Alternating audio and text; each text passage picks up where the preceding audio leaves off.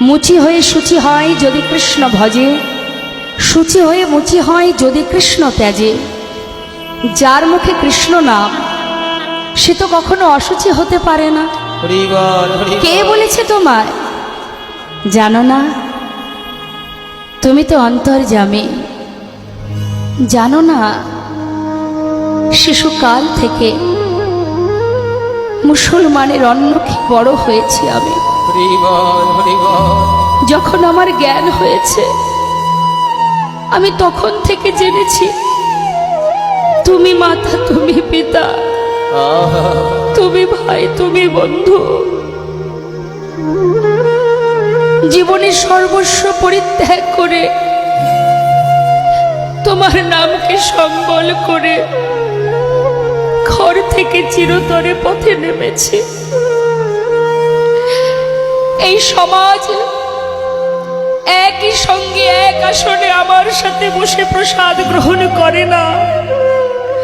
বৈষ্ণব সমাজ আমাকে দেখলে দূর থেকে হেঁটে চলে যায়। আমি অসুচি,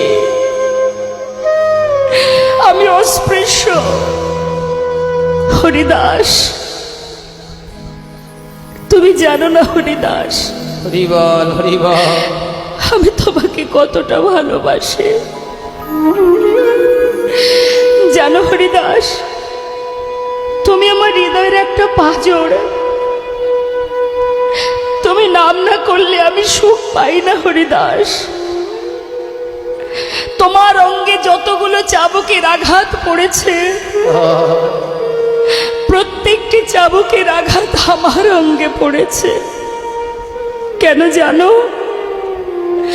কারণ প্রত্যেকটি চাবুকের আঘাতের সাথে সাথে তুমি সদা সর্বদাই একটা নামই জপ করেছো, কৃষ্ণ কৃষ্ণ কৃষ্ণ।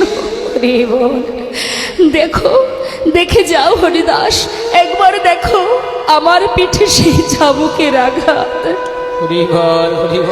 আমি তোমায় ডাকছি, তুমি দূরে থেকো না। এসো, এসো আমার কাছে এসো গৌরহরি। আমি তোমার কাছে গেলে তোমার ভক্তরা তোমাকে ফেলে চলে যাবে।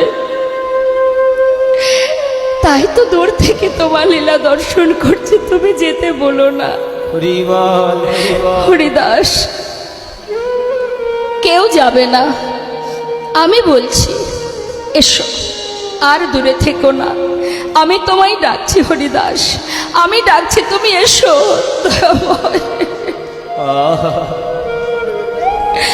এত তোমার করুণা, এত তোমার দয়া, আমার মতো পতিতকে তোমার চরণে তুমি ঠাঁই দেবে। হরিদাস এসো, আমার বুকের মাঝে এসো গৌরহরি। প্রভুর ডাক আর উপেক্ষা করতে পারলো না।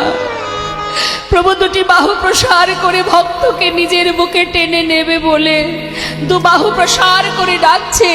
হরিদাস পাগলের ন্যায় ছুটতে ছুটতে এসে প্রভুর চরণটি জড়িয়ে আছড়ে পড়লেন, দয়াময়